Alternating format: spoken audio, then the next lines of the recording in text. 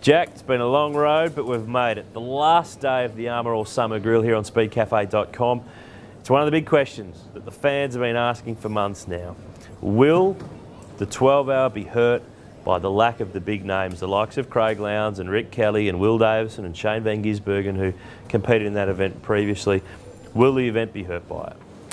Well, it is. I mean, it's a shame that there's this situation going on where there is a date clash, and unfortunately it comes down to, you know, the politics of it all. And we saw this back in 1996 when the V8 supercars went to Channel 10 and Channel 7 owned the date of Bathurst, and we shifted the Bathurst 1000 to November, and lo and behold, it all ran and won and whatever else happened. And hopefully next year there's no clash, because it's hard that, all the drivers want to be racing, and we're a little bit selfish to think that V8 supercar drivers can only race V8 supercars. And the 12 hours is a great warm-up event for the start of the year, and it's getting bigger and bigger. We've got some cool cars, cool names, cool teams, and I just hope, for the sake of motorsport in Australia, forget the individual categories and things. Motorsport needs more than just V8 supercars to survive, and the Bathurst 12-hour is exactly what we need along the way. But it definitely does hurt it, because it would be better. It would be more open to a wider audience if there were the familiar names of a Craig Lowndes, who is the biggest name in the sport in the country. So there's no doubt it hurts the 12-hour, but not to the point where it hurts it terribly. It would be better, absolutely. No one would argue that. V8 supercars is the biggest thing in the country, and the drivers are the biggest names in motorsport in the country. But still off its own bat, the 12-hour is its own thing. It's not a threat to V8 supercars, nor should it be deemed that way. It's got its own unique identity. The field size is great.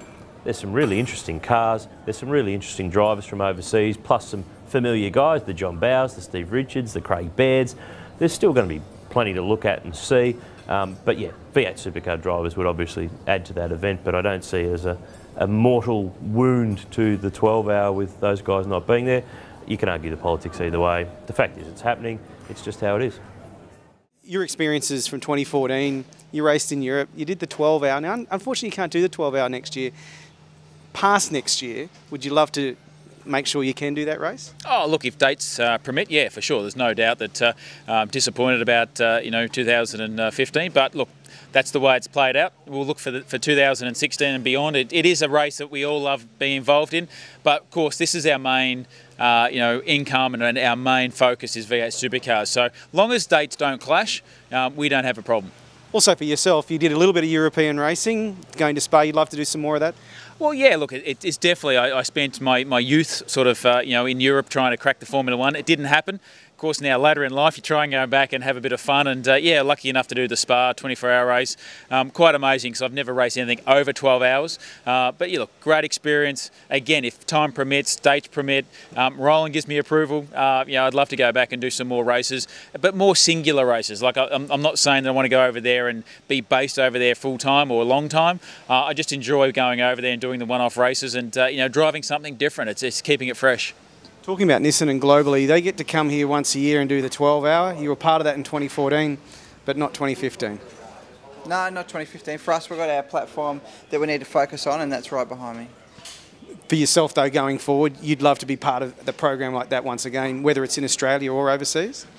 Yeah, for sure. I mean, for me, that was the highlight of the year, is working with the Japanese factory team and driving, the GTR GT3. It's a fantastic car. I was actually looking at some footage inside the car earlier today, and reminded me of how much fun that was.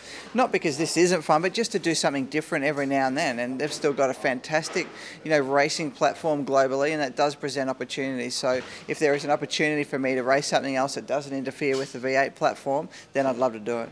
Each and every day on the Armour All Summer Grill, you've got the chance to win one of these, the Armour All Detailing Kit. All you have to do is to subscribe to speedcafe.com. To find out if you've won, visit and like the speedcafe.com Facebook page. Great question, one of my favourites.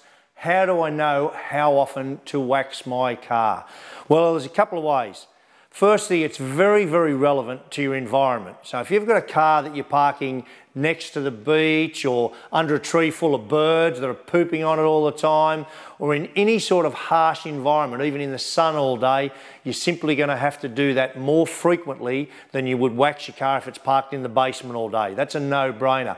A really easy way to tell though is when the water stops beading off your car, you know that little bead, it runs off really easily without sticking to the Duco, that's when you know you need re-waxing. Now the other thing you can do is you can actually feel it. If you run your hand across it, you'll actually feel the Duco. When it's got less resistance, it's usually got a coat of wax on it. So look for that feel and learn how that feels. And the other great thing to do is just top it up with wash and wax in between your waxings.